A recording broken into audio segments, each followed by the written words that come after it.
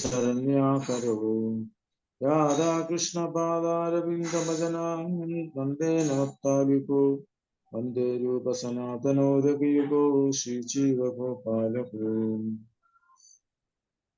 ലോകതയുടെ നന്മയ്ക്ക് വേണ്ടി നാനാശാസ്ത്രങ്ങൾ അധികൃതനം ചെയ്ത് പഠിക്കുകയും ഗ്രന്ഥങ്ങൾ എഴുതുകയും പ്രചരിപ്പിക്കുകയും ചെയ്ത ഷഡ്ഗോസ്വാമിമാർ ത്രിഭുവനങ്ങളിലും ആദരാകുന്നു.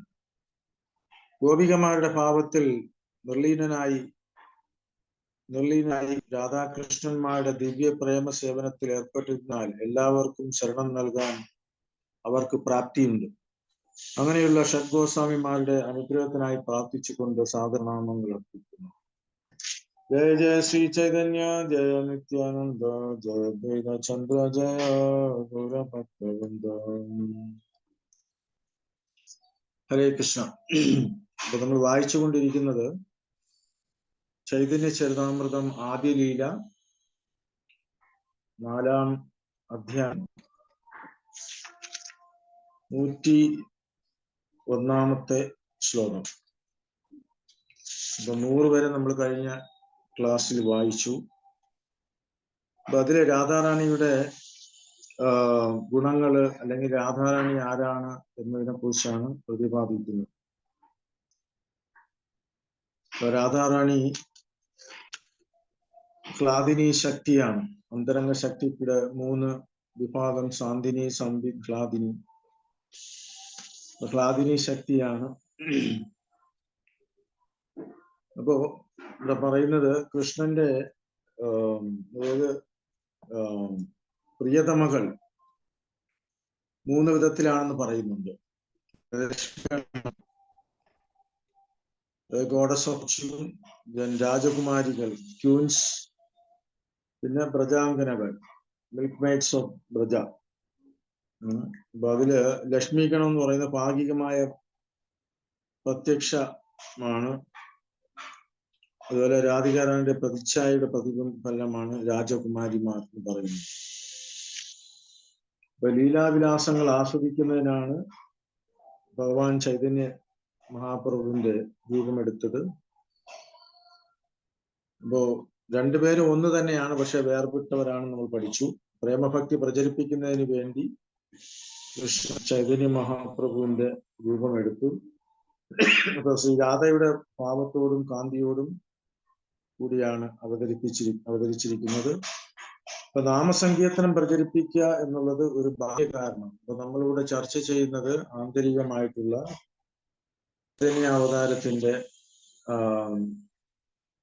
അവതാരത്തിന്റെ രഹസ്യ കാരണങ്ങളെ കുറിച്ചാണ്. അപ്പൊ ഇവിടെ രാധാറാണിക്ക് പല പേരുകൾ അറിയപ്പെടുന്നു. അതായത് കൃഷ്ണമയി, സർവലക്ഷ്മി. രാധാറാണി പരമദേവയാണ്. അപ്പൊ അതിനെക്കുറിച്ച് വളരെ വിശദമായാണ് ചൈതന്യ ചരിതാമൃതം ഇവിടെ പ്രതിപാദിക്കുന്നത്. അപ്പൊ നമുക്ക് 101 മുതൽ വായിച്ചു തുടങ്ങും.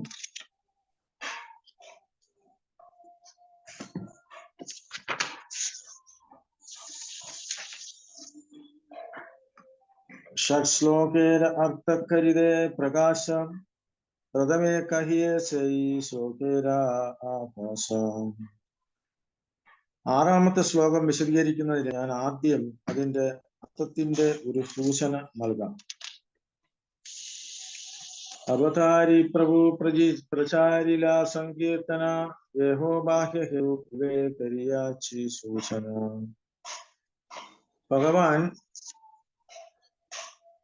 ഭഗവാൻ നാമസങ്കീർത്തനം പ്രചരിപ്പിക്കുന്ന ആകെ ഞാൻ നേരത്തെ സൂചിപ്പിച്ചതുപോലെ ഇതൊരു ബാഹ്യമായ ലക്ഷ്യമാണ്. അവതാരേക രസികാശേഖര കൃഷ്ണരാശൈകാര്യാമിശം. ശ്രീകൃഷ്ണ ഭഗവാന്റെ ആവിർഭാവത്തിന് ഒരു മുഖ്യ കാരണമുണ്ട്. പ്രേമവിനിമയങ്ങളുടെ പരമാസ്വാദകൻ എന്ന നിലയിലുള്ള അവിടുത്തെ അന്തരംഗ കാര്യങ്ങളിൽ നിന്നാണ് അങ്കുരിക്കുന്നത്. അതിഗൂഢഹേതുശൈ ത്രിവിധ പ്രകാര ശ്രീദാമോദര സ്വരൂപ ഹൈതായാഹാര പ്രചാര. അത്യന്തം രഹസ്യമായ ആ കാരണം 3 തരത്തിലാണ്. സ്വരൂപ ദാമോദരൻ അത് വെളിപ്പെടുത്തിയിട്ടുണ്ട്. സ്വരൂപകോശാനി പ്രഭുര അതി അന്തരംഗ താഹാദേ ജനേന പ്രഭുര സഭാ പ്രസംഗം. സ്വരൂപ ദാമോദരൻ ചൈതന്യ മഹാപ്രഭുവിന്റെ ഏറ്റവും അടുത്ത സഹചാരിയാണ്. അതിനാൽ അദ്ദേഹത്തിന് ഈ വിഷയങ്ങളെല്ലാം നന്നായി അറിയാം. ഭാവാർത്ഥം ശീല പ്രഭുപാദ്. ശ്രീ ചൈതന്യൻ സന്യാസാശ്രമം സ്വീകരിക്കുന്നതിന് മുമ്പേ നവദ്വീപിൽ വസിച്ചിരുന്ന പുരുഷോത്തമ ഭട്ടാചാര്യൻ സന്യാസം സ്വീകരിക്കാൻ ആഗ്രഹിച്ചു. അതുകൊണ്ട് വീട് വിട്ട് ബനാറസിലേക്ക് പോയ അദ്ദേഹം അവിടെ ഒരു മായാവാദി സന്യാസിൽ നിന്നും ബ്രഹ്മചര്യ പദവി സ്വീകരിച്ചു. അദ്ദേഹം ബ്രഹ്മചാരിയായി കഴിഞ്ഞപ്പോൾ അദ്ദേഹത്തിന് ശ്രീ ദാമോദര സ്വരൂപൻ എന്ന നാമം നൽകപ്പെട്ടു.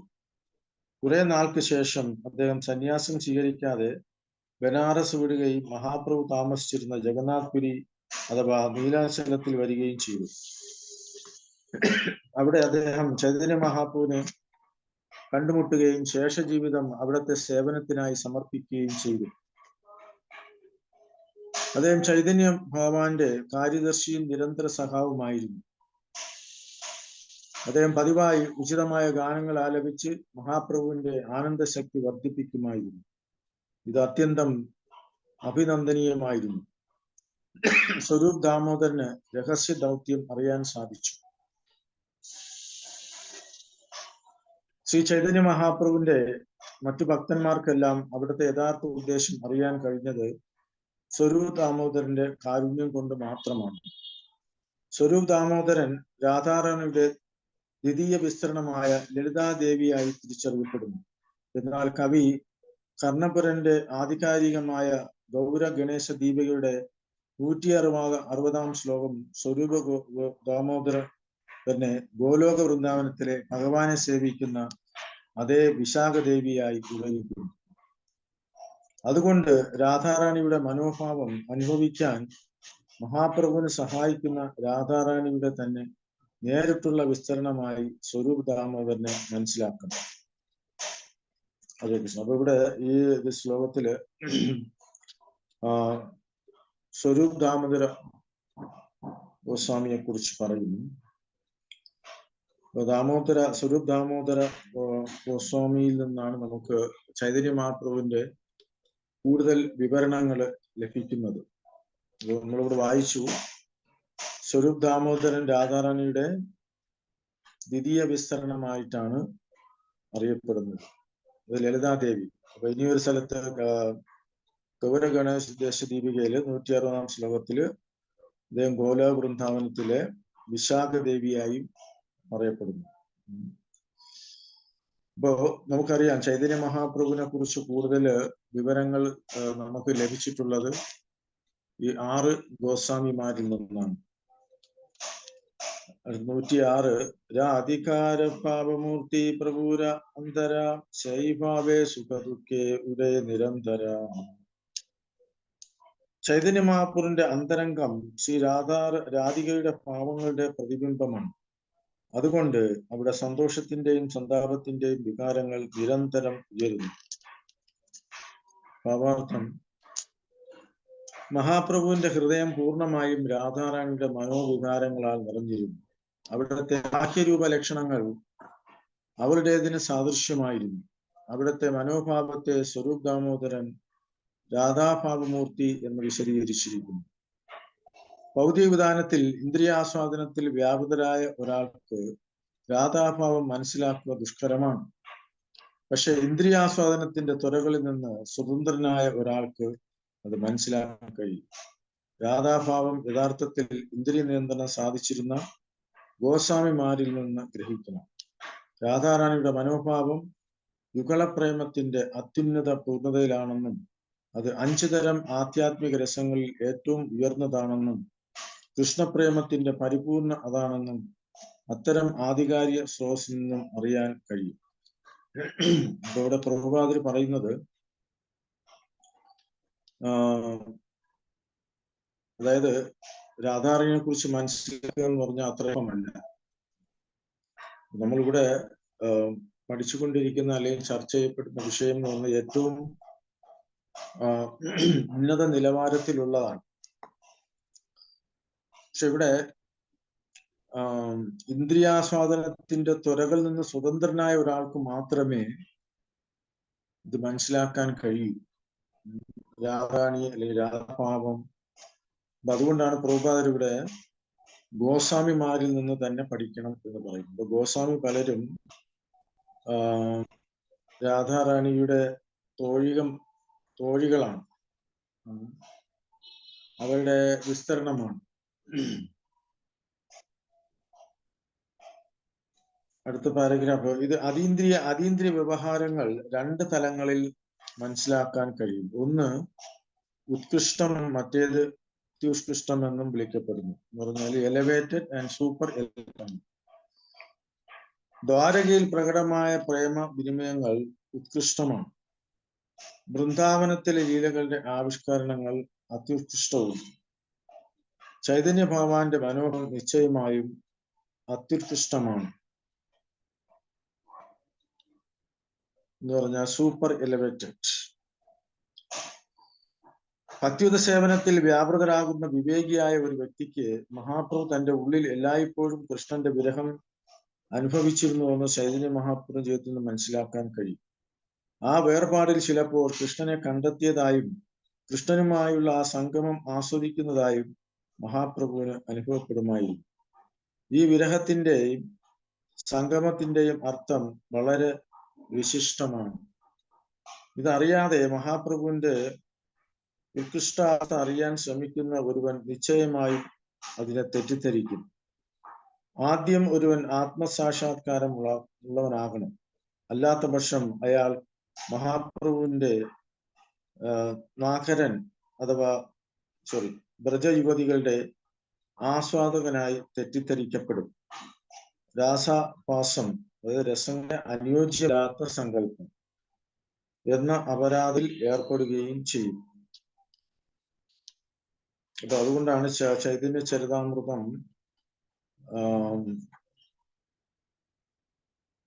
PhD എന്ന് പറയും. അതായത് പോസ്റ്റ് ഗ്രാജുവേഷൻ കഴിഞ്ഞിട്ട് നമ്മൾ പഠിക്കുന്ന ഒരു ഗ്രന്ഥമാണ്.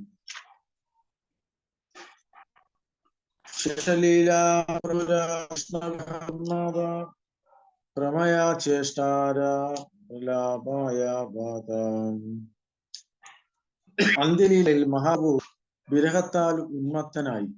അദ്ദേഹം ഭ്രാന്തനെ പോലെ ജർപ്പനങ്ങൾ നൽകുമായിരുന്നു. ഭാവാർത്ഥം: ഒരു കൃഷ്ണഭക്തന് കൃഷ്ണനിൽ നിന്നുള്ള വേർപാടും ഉണ്ടാകുന്ന വികടന അത്യുന്നതമായ അവസ്ഥ അദ്ദേഹം പ്രകടിപ്പിച്ചു. ഈ പ്രദർശനങ്ങൾ ഉദാത്തമായിരുന്നു. എന്തുകൊണ്ടെന്നാൽ അവിടുന്ന് വിരഹത്തിന്റെ കാര്യങ്ങളിൽ പരിപൂർണനായിരുന്നു. ഭൗതികവാദികൾക്ക് എങ്ങനെ തന്നെയായാലും ഇത് മനസ്സിലാകുകയില്ല. ഭൗതിക പണ്ഡിതന്മാർ പലപ്പോഴും അദ്ദേഹം രോഗബാധിതനെന്നോ ഭ്രാന്തനോ ആണെന്ന് കരുതി. സദാ ഇന്ദ്രിയ ആസ്വാദനത്തിൽ വ്യാപൃതരായിരിക്കുന്നതിനാൽ ഭക്തന്മാരുടെയും ഭഗവാന്റെയും വികാരങ്ങൾ ഒരിക്കലും മനസ്സിലാക്കാൻ കഴിയില്ല എന്നുള്ളതാണ് അവരുടെ പ്രശ്നം. വിഷയങ്ങൾ അവരുടെ ആശയങ്ങൾ ഏറ്റവും നിന്ദ്യരാണ്. അവർക്ക് നേരിട്ട് കാണാൻ കഴിയുന്ന സ്ഥൂല വസ്തുക്കളെ അവരുടെ ഇന്ദ്രിയങ്ങളാൽ ആസ്വദിക്കാൻ കഴിയുമെന്നും മഹാപ്രഭുവിന്റെ അതീന്ദ്ര ലക്ഷണങ്ങളെയും അതേ രീതിയിൽ കൈകാര്യം ചെയ്യാൻ കഴിയുമെന്നും അവർ കരുതുന്നു. പക്ഷെ സ്വരൂപ് ദാമോദരന്റെ നേതൃത്വത്തിലുള്ള ഗോസ്വാമിമാരാൽ സ്ഥാപിതമായ തത്വങ്ങൾ പിന്തുടരുന്നതിലൂടെ മാത്രമേ അവിടെ നിന്ന് അറിയാൻ കഴിയൂ. ഭക്തരെന്ന് പറയപ്പെടുന്ന നദിയ നാഗരികൾ പോലുള്ളവരുടെ സിദ്ധാന്തങ്ങൾ സ്വരൂപ് ദാമോദരനെയോ ഷഡ്ഗോസ്വാമിമാരെയോ പോലുള്ള പ്രാമാണികരായ വ്യക്തികളാൽ അവതരിപ്പിക്കപ്പെട്ടതല്ല. ഗൗരാംഗ നാഗരികളുടെ ആശയങ്ങൾ കേവലം മാനസികമായ കെട്ടുകളാണ്. അവർ സമ്പൂർണമായും മാനസിക തലത്തിലാണെന്ന് മാത്രം. അപ്പൊ ഇവിടെ നമ്മൾ പല പ്രാവശ്യം ചർച്ച ചെയ്യപ്പെട്ടതാണ്. അതായത് ഭക്തിയുടെ ഉന്നത തലം എന്ന് പറയുന്നത് അതായത് ഭഗവാനെ പ്രേമിക്കുന്നതാണ്. പക്ഷെ അത് വിരഹത്തില്. ഇപ്പോ ഗോപികമാരെടുത്തു കഴിഞ്ഞാൽ നമുക്ക് മനസ്സിലാവും, അവരെ കൃഷ്ണനെ കാണാതിരിക്കുന്നു. വേർപാടിലാണ് അവരുടെ ഭക്തി വർദ്ധിക്കുന്നത്. അപ്പൊ ഇതാണ് ഭക്തിയുടെ ഏറ്റവും ഉന്നതമായ തലം. അതില് ഗോപികമാര്, അതായത് മാധുര്യ ഭാവത്തിലുള്ള ഭക്തിയാണ് ഏറ്റവും ഉയർന്നത്. അപ്പൊ അതില് ശ്രേഷ്ഠ രാധാറാണിയാണെന്ന് നമ്മൾ പഠിച്ചു. അപ്പൊ ഇവിടെ ചൈതന്യ മഹാപ്രഭു അവതരിച്ചപ്പോഴും പലപ്പോഴും പോലെ ജൽപ്പനങ്ങൾ നടത്തുമായിരുന്നു, കരയുമായിരുന്നു, ഇറങ്ങി ഓടും, ചിലപ്പോ തല കൊണ്ട് ചെവറിലിടിക്കും. ഇങ്ങനെയുള്ള, ഇപ്പൊ നമുക്ക് തോന്നും ഇദ്ദേഹം ഒരു സാധാരണ മനുഷ്യൻ നോക്കുമ്പോൾ അദ്ദേഹം ഒരു പ്രാന്തനാണെന്ന് തോന്നും. അപ്പൊ ചൈതന്യ മഹാപ്രഭുവിനെ ആദ്യം സാറവ ഭട്ടാചാര്യര് ജഗന്നാഥ്പുരിയിൽ വെച്ച് കണ്ടപ്പോഴും അബോധാവസ്ഥയിലായിരുന്നു. പക്ഷെ പിന്നീട് അദ്ദേഹം ഒരു അദ്ദേഹം തുണിയെടുത്ത് മൂക്കിന്റെ അടുത്ത് വെച്ചപ്പോ അത് ചലിക്കുന്നുണ്ടായിരുന്നു. അപ്പൊ ജീവനുണ്ടെന്ന് മനസ്സിലാക്കിയാണ് അദ്ദേഹത്തിന്റെ വീട്ടിലേക്ക് കൊണ്ടുപോവുകയും അവിടെ വെച്ച് ഉള്ള സംവാദങ്ങൾ നടക്കുന്നത്. അപ്പൊ ഇത് ഭക്തിയുടെ ഉന്നത നിലവാരമാണ്. ഇപ്പൊ ഇത് ചൈതന്യ മഹാപ്രഭു അത് പ്രകടിപ്പിച്ചിട്ടുണ്ട്. ഒരിക്കല് പ്രഭുപാദര് ജയരാധമ പാടിക്കൊണ്ടിരുന്ന സമയത്ത് ഭയങ്കരമായ ഒരു ഒരു എക്സ്റ്റസിയിലേക്ക് പോയി, തൊണ്ട ഇടറുകയും തുടർന്ന് പാടാൻ പറ്റാത്ത അവസ്ഥയിൽ എത്തുകയും ചെയ്തു. അപ്പൊ ഇത് പരിശുദ്ധ ഭക്തന്മാർക്ക് അനുഭവപ്പെടുന്ന ഒരു ആനന്ദമാണ്, എക്സ്റ്റസിയാണ്. അപ്പൊ അത് പറഞ്ഞ് മനസ്സിലാക്കി തരാനോ അല്ലെ മനസ്സിലാക്കാനോ വലിയ പാടാണ്, കാരണം നമ്മളത് അനുഭവിച്ചിട്ടില്ല. അപ്പൊ ഇത് പല ഭക്തന്മാരും ആ ഒരു അവസ്ഥയിലേക്ക്, എക്സ്റ്റാറ്റിക് തലത്തിലേക്ക് വരരുതെന്ന് പ്രാർത്ഥിക്കും. കാരണം അത് ഭഗവാന്റെ സേവനത്തിനൊരു തടസ്സമായി പോകുമോ എന്ന് അവർ ഭയപ്പെടുന്നു. രാധികാരഭാവായ ഉദ്ധവ ദർശനെ സേയിഭാവേ മത്തപ്രഭുരഹേ രാത്രി ദിനേ. ഉദ്ധവനെ കണ്ടപ്പോൾ രാധ ഉന്മാദിനിയായതുപോലെ ശ്രീ ചൈതന്യ മഹാപ്രഭു വിരഹത്തിന്റെ ഉന്മാദത്താൽ രാവും പകലും ബാധിതനായിരുന്നു. പലപ്പോഴും ചൈതന്യ മഹാപ്രഭു ഉറക്കമില്ല. കൃഷ്ണവിരഹത്തിന്റെ ഭാവത്തിലുള്ള ആരാധന രീതിയാണ് യഥാർത്ഥ ഭഗവത് ആരാധന എന്ന് ചൈതന്യ മഹാപ്രഭുവിന്റെ പാതാരബിന്ദങ്ങളിലൂടെ ആശ്രയിക്കുന്നവർക്ക് മനസ്സിലാക്കാൻ കഴിയും. വേർപാടിന്റെ വേദന അതിതീവ്രമാകുമ്പോൾ ഒരുവൻ ശ്രീകൃഷ്ണനെ കണ്ടുമുട്ടുന്ന നിലയിലെത്തുന്നു. ഭക്തരെന്ന് പറയപ്പെടുന്ന സഹജീവരെ പോലുള്ളവർ കൃഷ്ണനെ വൃന്ദാവനത്തിൽ കണ്ടുമുട്ടുന്നുവെന്ന് വെറുതെ സങ്കല്പിക്കുന്നു. അത്തരം ചിന്ത ചിലപ്പോൾ പ്രയോജനകരമാകാം.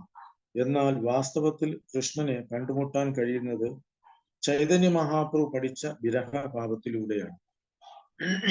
അപ്പൊ ഇവിടെ ചൈതന്യ മഹാപ്രഭു അല്ലെ കൃഷ്ണന്റെ ഭാവങ്ങള് അനുകരിക്കുന്ന ഒരു കൂട്ടം ആൾക്കാരുണ്ട്. അതാണ് ഇവിടെ പ്രഭുപാദര് നേരത്തെ സൂചിപ്പിച്ചത്. ഗൗരംഗ നാഗരികൾ അല്ലെങ്കിൽ നദിയ നാഗരികൾ എന്ന് പറയുന്നു. അവര് ഭഗവാന്റെ ലീലകൾ അനുകരിക്കാൻ ശ്രമിക്കുന്നവരാണ്.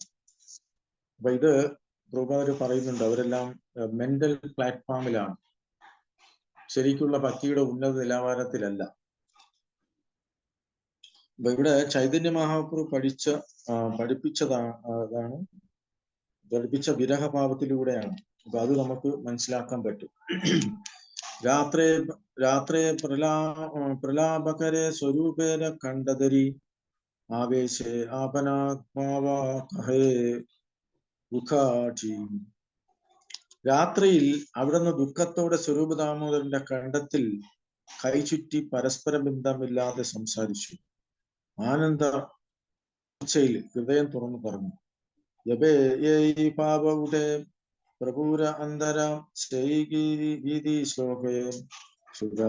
ദാമോദരം.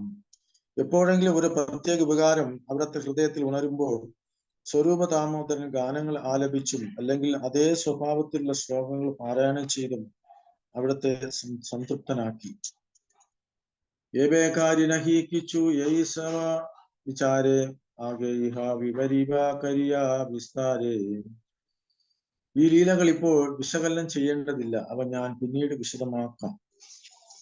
പൂർവപ്രജേ കൃഷ്ണേരെ ത്രിവിധ വയോധർമ്മ കൗമാര പൗകണ്ഡ ആര കൈശോര അതിമർമ്മ. മുമ്പ് വ്രജത്തിൽ കൃഷ്ണൻ അവിടുത്തെ പ്രായത്തിന്റെ 3 ഘട്ടങ്ങൾ, അതായത് ബാല്യം, കൗമാരം, കൈശോരം എന്നിവ പ്രദർശിപ്പിക്കുകയുണ്ടായി. അവിടുത്തെ കൈശോരം പ്രത്യേകം പ്രാധാന്യം അർഹിക്കുന്നു. ഇവിടെ ചൈതന്യ മഹാപ്രഭുവിന്റെ ലീലയിൽ നമ്മൾ ചരിതാമത്തില് 3 ഭാഗങ്ങളാണ്. ഒന്ന് ആദിലീല എന്ന് പറയുന്നത് ബാല്യകാലം മുതലുള്ളതാണ്. മധ്യലീല, പിന്നെ അന്ത്യലീല, അങ്ങനെ 3 ഭാഗങ്ങളായിട്ടാണ് നമ്മൾ പഠിക്കുന്നത്. വാത്സല്യ ആവേശ കൈല കൗമാര സഫല പൗകണ്ഡ സഫല കൈലാലന സഖാവല. വാത്സല്യ പ്രേമം കൃഷ്ണന്റെ ശൈശവത്തിൽ സഫലമാക്കി. ബാല്യം സഹാക്കൾക്കൊപ്പം സഫലമായി. രാധികാദിലന കൈല രാസാദി വിലാസ വാഞ്ചാപരി ആസ്വാദില രസേര നിര്യാസ. കൗമാരത്തിൽ അവിടുന്ന് രാസനൃത്തം പോലുള്ള ലീലകൾ ശ്രീമതി രാധയോടും മറ്റു ഗോപികമാരുമൊത്ത് ആസ്വദിച്ചു. അപ്പോ രാസലീല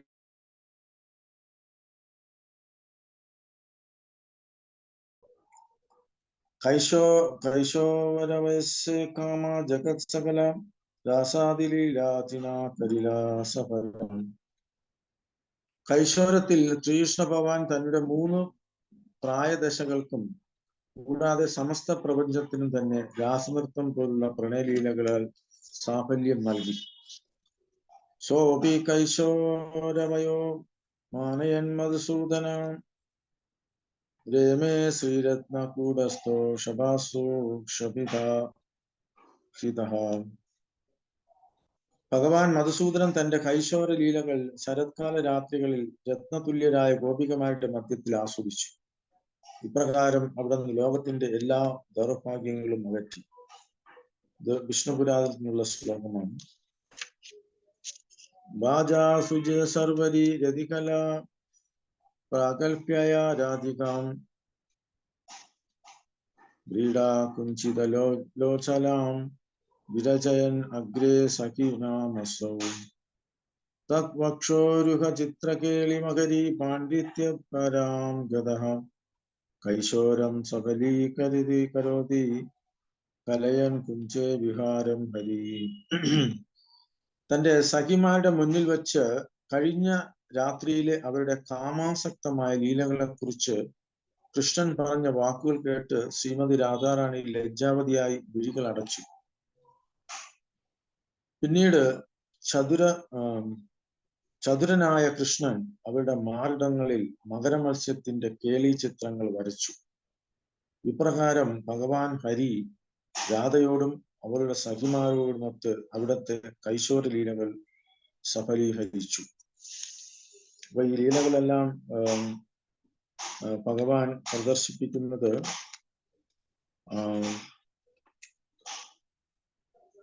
കൈശോരം ആ പ്രായത്തിലാണ്. ശ്രീ രൂപഗോസ്വാമിയുടെ ഭക്തിരസാമൃത സിന്ധു 2:1-231 നിന്നുള്ള ശ്ലോകമാണ്. ഹരിരേഷാനചേത് അവതരിഷ്യൻ മധുരയാം മധുരാക്ഷി രാധികാച അപവീക്ഷയാം യഥാ വിശ്രീ മകരാംഗസ്തു വിശേഷസ്തദാത്രാം. അല്ലയോ പൗർണമാസി, ശ്രീഹരി ശ്രീമതി രാധാറാണിയോടൊപ്പം മധുരയിൽ അവതരിച്ചില്ലായിരുന്നുവെങ്കിൽ ഈ സമഗ്ര സൃഷ്ടിക്കും പ്രത്യേകിച്ചും കാമദേവനും പ്രയോജനരഹിതമാക്കുമായിരുന്നു. ഈ ശ്ലോകം ശ്രീ രൂപഗോസ്വാമിയുടെ വിദഗ്ധ മാതകത്തിൽ വൃന്ദാവന ദേവിയാൽ പറയപ്പെട്ടതാണ്.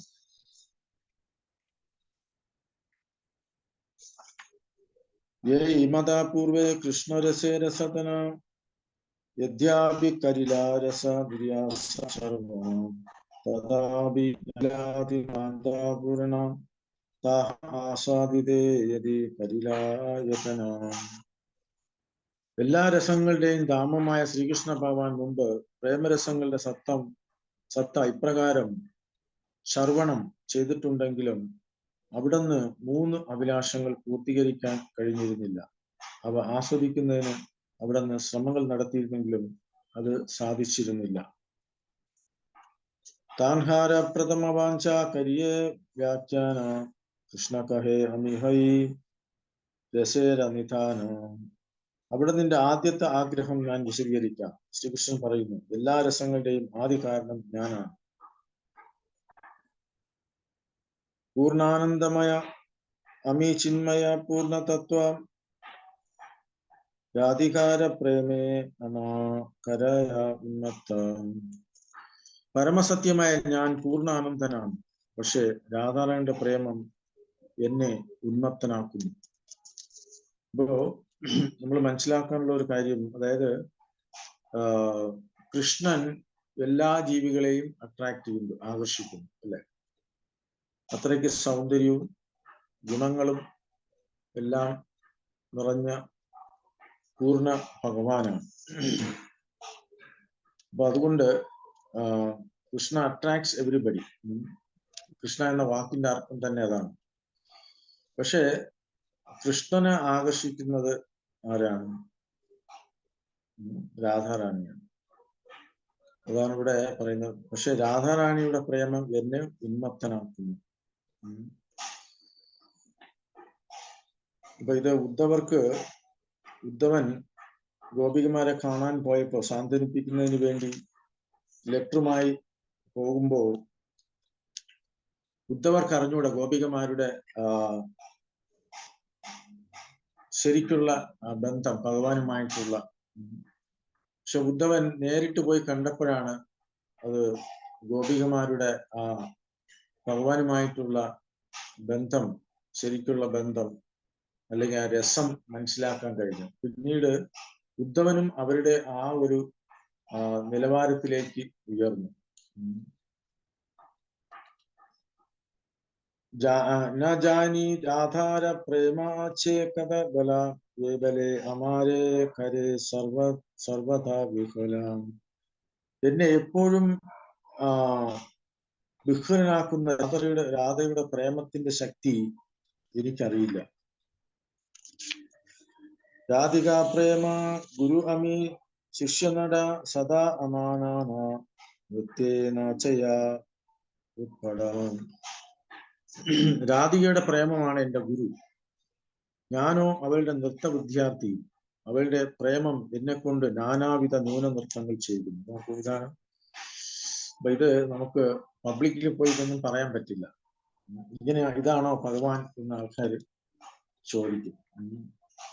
അപ്പൊ ഇവിടെ ഇത് രാധാറാണി എന്ന് പറയുന്നത് ഭഗവാൻ തന്നെയാണ്, ഭഗവാന്റെ വിസ്തരണമാണ്, ആസ്വാദന ശക്തിയാണ്. അപ്പോ രാധാറാണിയുടെ ഡ്യൂട്ടിയാണ് അല്ലെങ്കിൽ കർത്തവ്യമാണ് ഭഗവാന് ആനന്ദം കൊടുക്കുക എന്നുള്ളത്. അപ്പൊ ഭഗവാൻ രാധാറാണിയിലൂടെയാണ് ആനന്ദം കൈവരിക്കുന്നത് എന്ന് പറഞ്ഞാല് ഇപ്പൊ ഇന്ന് ഭൗതിക ലോകത്തിൽ നമ്മൾ നോക്കിക്കഴിഞ്ഞാലും എല്ലാവരും, എല്ലാ ജീവാത്മാക്കളും എന്താ ആഗ്രഹിക്കുന്നു? എല്ലാവരും സ്നേഹം ആഗ്രഹിക്കുന്നു, പ്രേമം, അല്ലെ? നമ്മളെ ആരും സ്നേഹിക്കപ്പെടുന്നില്ല, ആരും നമ്മളോട് മിണ്ടുന്നില്ല, എല്ലാവരും വെറുപ്പാണ്, അല്ലെങ്കിൽ ഒരു നെഗറ്റീവ് ആറ്റിറ്റ്യൂഡ് ആണെങ്കിൽ നമുക്ക് എന്ത് ഫീൽ ചെയ്യും, അല്ലെ? അപ്പൊ അതുകൊണ്ടാണ് ഭൗതിക ലോകത്തിൽ നമ്മൾ വിവാഹം തന്നെ ചെയ്യുന്നത്. കാരണം സ്നേഹിക്കാൻ ആളുണ്ട്, കേൾക്കാൻ ആളുണ്ട്. പക്ഷെ പിന്നീട് നമുക്കറിയാം ഭൗതിക ലോകത്തിലെല്ലാം ഒന്നും ശാശ്വതമല്ല, താൽക്കാലികമാണ്. പിന്നീട് ആ പ്രേമബന്ധം അല്ലെങ്കിൽ സ്നേഹം പിന്നീട് അത്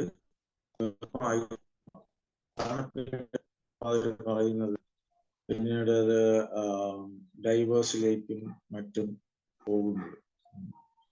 ചിലപ്പോൾ ആത്മഹത്യ തന്നെ സംഭവിക്കാം. ഇവിടെ ഇത് ഒറിജിനൽ പ്രേമം എന്ന് പറയുന്നത് ഭഗവാനുമായിട്ടുള്ളതാണ്, എല്ലാ ജീവാത്മാക്കൾക്കും. പക്ഷെ ഈ ഭൗതിക ലോകത്ത് വന്നപ്പോൾ നമ്മൾ പതിച്ചപ്പോൾ നമ്മളതെല്ലാം മറന്നു. വേറെ ആരോഗ്യയോ സ്നേഹിക്കുന്നു, വേറെ ആരോഗ്യയോ നമ്മൾ ആശ്രയിക്കുന്നു. അപ്പൊ ആ കൃഷ്ണപ്രേമം വളർത്തിയെടുക്കുക എന്നുള്ളതാണ് ജീവിതത്തിന്റെ പൂർണ്ണത. രാധികയുടെ പ്രേമമാണ്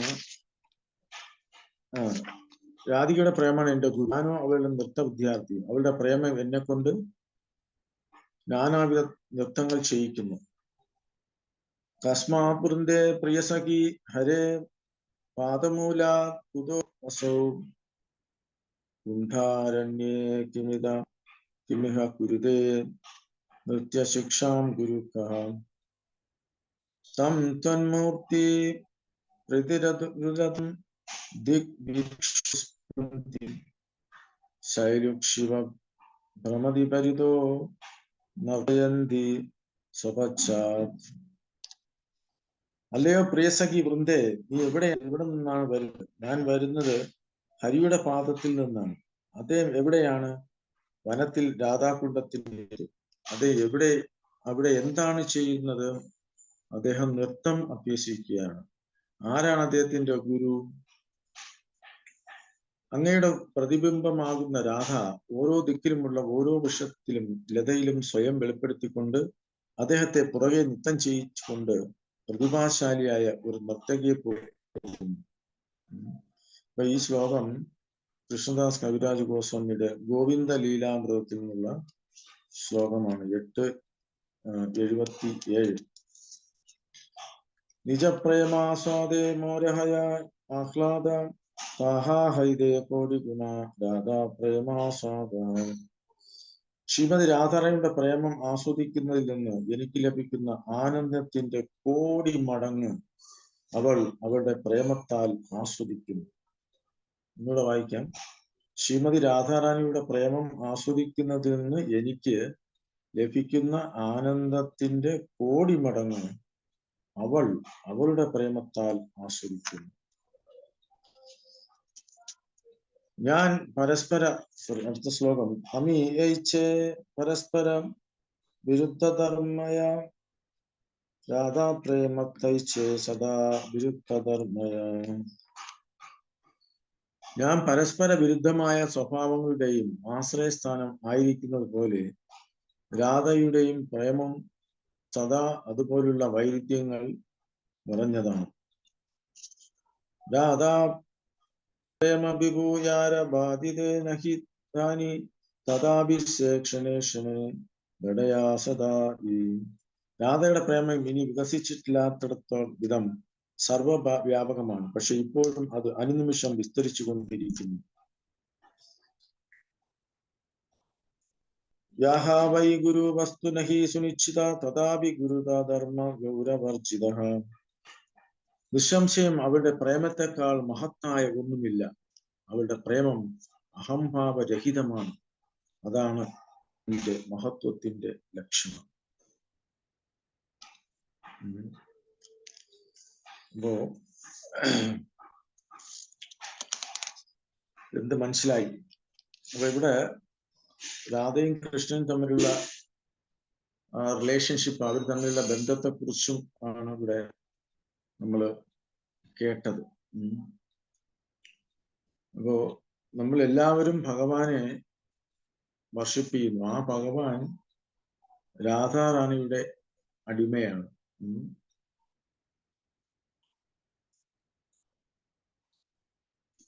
അപ്പൊ ഇവിടെ പറയുന്നത് അവളുടെ പ്രേമത്തെക്കാൾ മഹത്തായ ഒന്നുമില്ല. അവളുടെ പ്രേമം അഹംഭാവരഹിതമാണ്. അതാണ് മഹത്വത്തിന്റെ ലക്ഷണം. അപ്പൊ ഇവിടെ നമ്മൾ ഇന്ന് ബംഗ്ലാദേശിനെ കുറിച്ച് ഉള്ള ചർച്ചയാണ്. സോഷ്യൽ മീഡിയയിലായാലും എന്തുകൊണ്ട് സംഭവിക്കുന്നു, അത് ഇന്ത്യയിൽ സംഭവിക്കാമോ, ഇന്ത്യയിലും സംഭവിക്കാനുള്ള ചാൻസ് ഉണ്ട്. ഇപ്പൊ ഞാൻ ഇടയ്ക്ക് ഒരു ചർച്ച യാദൃശ്യമായിട്ട് കാണാനിടയായി. അപ്പൊ അതില് ഈ വിഷയം തന്നെയാണ് ചർച്ച ചെയ്യുന്നത്. അപ്പൊ അതിൽ ഒരു സ്വാമി വന്നിരുന്ന് ഇതിന്റെ കാരണങ്ങളെ കുറിച്ച് അദ്ദേഹം പറഞ്ഞു, ഞാനൊരു സ്പിരിച്വൽ എക്സ്പ്ലനേഷൻ എനിക്ക് തരാൻ കഴിയും. കാരണം എന്തുകൊണ്ട് ആൾക്കാർ അധർമ്മ മാർഗത്തിലേക്ക് സഞ്ചരിക്കുന്നു? അപ്പൊ അതിന് കാരണമായിട്ട് പറഞ്ഞത്, കാരണം നമ്മള് മാംസം ഭക്ഷിക്കുന്നു, അതായത് ശവക്കറികൾ കഴിക്കുന്നു. അപ്പൊ അങ്ങനെ വരുമ്പോ നമ്മുടെ കോൺഷ്യസിനെ അത് ബാധിക്കും. ഇപ്പൊ നമ്മൾ സ്വാഭാവികമായിട്ട് നമ്മളിപ്പോ സാധാരണ ഒരു റോഡിലൂടെ നടന്നു പോകുമ്പോ ആടിനെ അല്ലെങ്കിൽ മറ്റ് ജീവജാല കോഴിയൊക്കെ കെട്ടിത്തൂക്കി തൊലി പിരിഞ്ഞൊക്കെ ഇട്ടേക്കുന്നതാണ്. അപ്പൊ അത് കാണുമ്പോൾ നമുക്ക് ഒരു ഫീലിംഗ് തോന്നാറില്ല, അല്ലെ? പക്ഷെ മനുഷ്യന്റെ കാര്യം എടുക്കുമ്പോൾ മനുഷ്യന് എന്തെങ്കിലും സംഭവം നമുക്ക് വേദന അനുഭവിക്കുന്നു. മറ്റ് ജീവജാലങ്ങൾക്ക് എന്ത് സംഭവിച്ചാലും നമുക്ക് അതിൽ വേദനയില്ല, സങ്കടമില്ല, വിഷമമില്ല. അപ്പോ നമ്മൾ മാംസം കഴിക്കുന്നതിൽ കൂടി നമ്മളിപ്പോ ഇത് ഉന്നത നിലവാരം, ചൈതന്യ മഹാപ്രഭു ആരാണെന്നും രാധാറാണി ആരാണെന്നും കൃഷ്ണനെ കുറിച്ച് ഒക്കെയാണ് നമ്മളോട് ഡിസ്കസ് ചെയ്യുന്നത്. അപ്പൊ ഭഗവാനെ കുറിച്ച് നമ്മൾ മനസ്സിലാക്കണമെങ്കിൽ ഒരു മിനിമം സത്വഗുണ പ്ലാറ്റ്ഫോമിൽ വന്നാലേ നമുക്ക് ഈ കാര്യങ്ങള് നമ്മുടെ ഉള്ളിലേക്ക് കയറുകയുള്ളൂ. അപ്പൊ അതുകൊണ്ടാണ് പ്രഭുപാദര് ആദ്യം ഈ 4 യമനിയമങ്ങൾ നമ്മൾ ഫോളോ ചെയ്യണം എന്ന് പറയുമ്പോൾ ആ 4 നിയമങ്ങൾ ഫോളോ ചെയ്യുക എന്നുള്ളതല്ല നമ്മുടെ ജീവിതത്തിന്റെ ലക്ഷ്യം. ആ 4 നിയമങ്ങൾ ഫോളോ ചെയ്യുമ്പോൾ നമ്മൾ മനുഷ്യന്റെ നിലവാരത്തിലേക്ക് എത്തിച്ചേരുകയാണ്. അപ്പൊ ആ സത്വഗുണ പ്ലാറ്റ്ഫോമിൽ എത്തുമ്പോൾ നമുക്ക് ഭഗവാനെ മനസ്സിലാക്കാൻ സാധിക്കും. അപ്പൊ അതുകൊണ്ടാണ് ഭഗവാൻ തന്നെ ഭഗവത്ഗീത പറയും, 4 പേരോട് ഈ എന്നെ കുറിച്ചുള്ള കാര്യങ്ങൾ പറയരുന്ന ഭഗവാൻ പറയുന്നുണ്ട്. അപ്പൊ അതിന്റെ കാരണം നമ്മൾ മനസ്സിലാക്കുക. കാരണം സാധാരണ ആൾക്കാർക്ക് ഇത് മനസ്സിലാക്കാൻ കഴിയില്ല. കാരണം ഒരു ജീവിയെ കൊല്ലുമ്പോ നമുക്ക് കരുണ എന്ന ഗുണം നഷ്ടപ്പെടുകയാണ്. ഇപ്പൊ ബംഗ്ലാദേശിലും മറ്റു രാജ്യങ്ങളിലൊക്കെ എന്താ ചെയ്യും? തീവ്രവാദികൾ മനുഷ്യനെ കൊന്ന് കെട്ടിത്തൂക്കുന്നു, പച്ചയോടെ കത്തിക്കുന്നു. ഇതെല്ലാം ചെറുക്കപ്പെടേണ്ടതാണ്. ഇപ്പൊ പ്രഭുപാദർ വളരെ ക്ലിയർ ആയിട്ട് പറയുന്നുണ്ട്. കാരണം എന്തുകൊണ്ട് സംഭവിക്കുന്നു? കാരണം എത്രത്തോളം നമ്മൾ എത്ര കാലം നമ്മൾ മാംസങ്ങൾ ഉപയോഗിക്കുന്നതോ യുദ്ധം നടക്കും. യുദ്ധം ഉണ്ടാവാനുള്ള ഒരു കാരണം ഇതാണ്. പ്രഭുപാദർ ഇത് ഒരിക്കലും നമുക്ക് നിർത്താൻ കഴിയില്ല. കാരണം മനുഷ്യന്റെ അവസ്ഥ അതാണ്. ഹരേ കൃഷ്ണ. അപ്പൊ ഇവിടെ ഞാനിവിടെ 129 ശ്ലോകം വരെ വായിച്ചു. അപ്പൊ ഇനി 131 വായിക്കല്ല, 5:45. അപ്പൊ ഇനി ആർക്കും എന്തെങ്കിലും, കാരണം ഇതിൽ വളരെ കൂടുതൽ എക്സ്പ്ലെയിൻ ചെയ്യാൻ എന്നെ കൊണ്ട് കഴിയുന്നില്ല. കാരണം നമ്മൾ പ്രഭുപാദർ തന്നെ അതിൽ എക്സ്പ്ലെയിൻ ചെയ്യുന്നുണ്ട്. ഇപ്പൊ എന്തെങ്കിലും ആൾക്കാർക്ക് എന്തെങ്കിലും ഭക്തന്മാർക്ക് എന്തെങ്കിലും ആഡ് ചെയ്യാനുണ്ടെങ്കിൽ, അല്ലെങ്കിൽ എന്തെങ്കിലും അഭിപ്രായം അല്ലെങ്കിൽ സംശയം ഉണ്ടെങ്കിൽ ചോദിക്കാം. ഹരേ കൃഷ്ണ.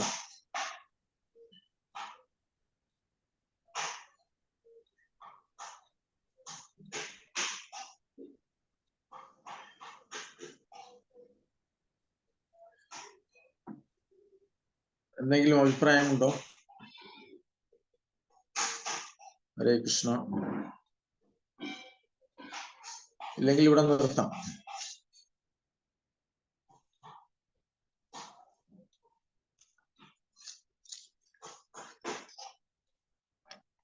വായിച്ചതിൽ നിന്ന് എന്തെങ്കിലും നിങ്ങൾക്ക് മനസ്സിലായ പോയിന്റ്സ്, അല്ലെങ്കിൽ ഇമ്പോർട്ടന്റ് ആയിട്ട് തോന്നിയ കാര്യങ്ങൾ, അല്ലെങ്കിൽ അതിലുള്ള റിയലൈസേഷൻസ് നിങ്ങൾക്ക് വേണമെങ്കിൽ പറയാം.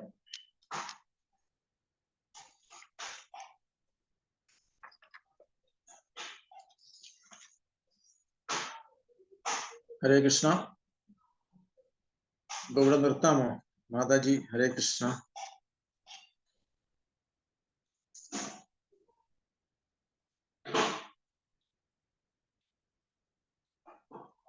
ആർക്കും ഒന്നും പറയാനില്ലെങ്കിൽ ഇവിടെ നിർത്താം നമുക്ക്.